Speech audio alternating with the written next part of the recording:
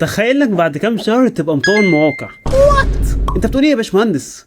لانك بعد كام شهر هتقدر تعمل موقع زي ده لوحدك، صفحه كامله كده بتعرض مميزات الموقع. وعندنا برضه في الصفحه دارك مود ممكن نفعله في اي لحظه، وفي نفس اللحظه عندنا صفحه للتليفونات. يعني ممكن مثلا نشوف اي تليفون ونفتح الصفحه بتاعته بالشكل ده.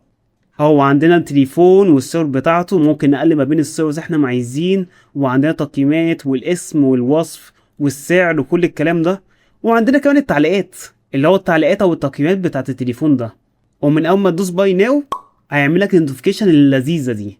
فالمشروع ده باذن الله هنعمله مع بعض في الكورس، هنتعلم يعني ايه ستايل ونفهم يعني ايه فعلا برمجه وازاي تكتب كود صح. وفي اخر الكورس ان شاء الله هنعمل مشروع زي ده مع بعض، تقدر بقى تضيفه للسي في بتاعك او تقدم على شغل.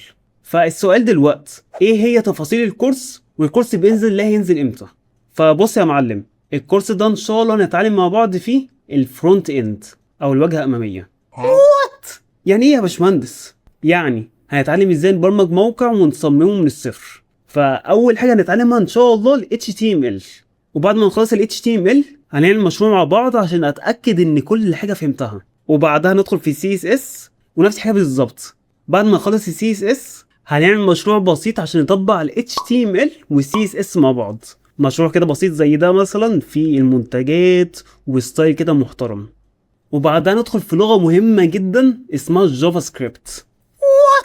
يعني ايه يا باشمهندس جافا سكريبت وسي اس اس و اتش تي؟ يعني ايه التعويذات دي؟ يا عم ما تقلقش، نزلت فيديو على اليوتيوب يشرح لك فايده ال HTML والسي اس اس والجافا سكريبت وايه الفرق اصلا ما بينهم، فروح شوفه دلوقتي. وبالمناسبه بعد ما نخلص جافا سكريبت ان شاء الله هنعمل مشروع نطبق فيه على كل اللي احنا اتعلمناه، HTML مع CSS مع جافا سكريبت. فما تقلقش، الكورس ده ان شاء الله هتدخله مفيش معلومه واحده مش هتفهمها. لا يا باشمهندس، ممكن في حاجه ما فهمهاش. يا عم حتى لو في حاجه ما فهمتهاش ابعتها على السيرفر بتاع الديسكورد وهشرحها لك.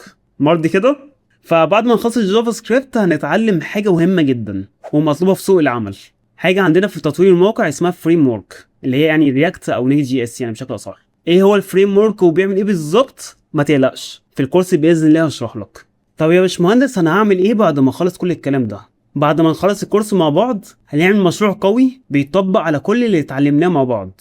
طب يا باشمهندس انا عندي سؤال. اتفضل. هو انا ينفع اخد الكورس وانا مش فاهم انجليزي كويس؟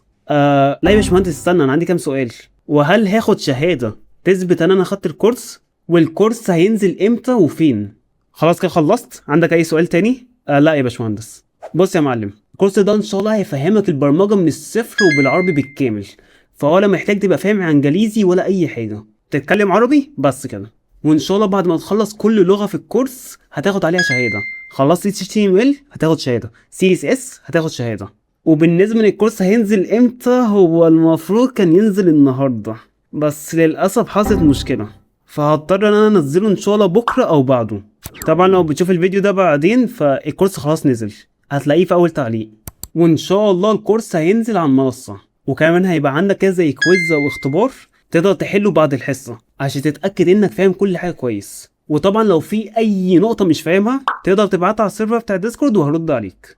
فجهز كوبايه الشاي والمكتب بتاعك وهتلاقيني مستنيك بكره ان شاء الله او بعده.